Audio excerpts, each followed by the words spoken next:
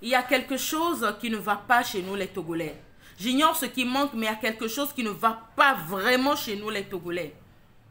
Je ne sais pas c'est quel genre de malédiction, c'est quel type d'abomination, mais c'est arrivé à un degré que je n'arrive plus à concevoir. Ça fait des années que nos frères et sœurs sont jetés en prison.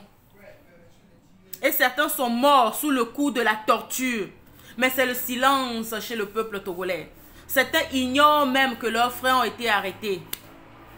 Rien ne se fait. Alors que ça devrait être une histoire prioritaire. Ça doit être à la une. Ça doit être nos préoccupations de tous les jours. Nous devons être toujours au front, farouchement, pour réclamer la libération de ces prisonniers politiques lamériens. Mais regardez ce qui se passe entre le Mali et la Côte d'Ivoire. Ça devient un duel.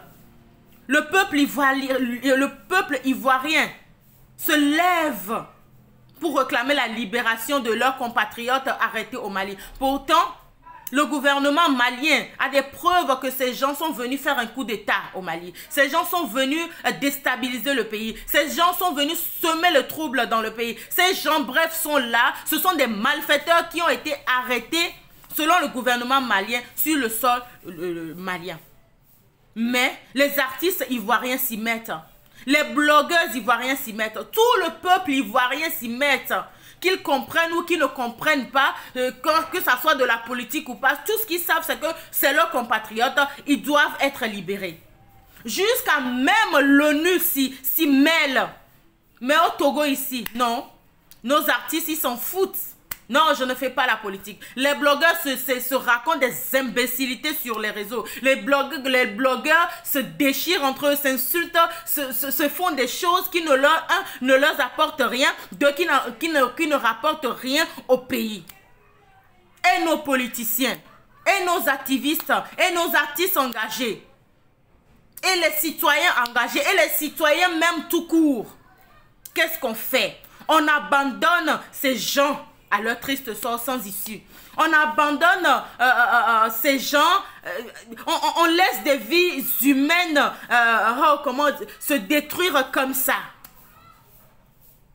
Mes frères togolais, il y a quelque chose qui ne va pas chez nous.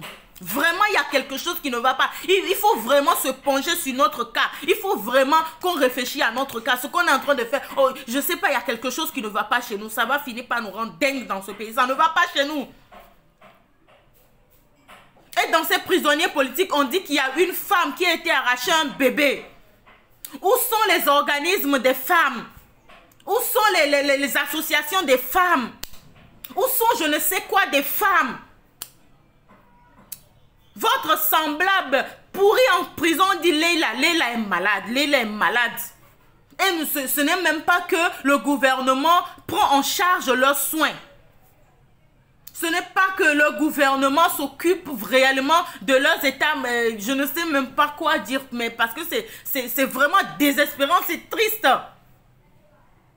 Bref.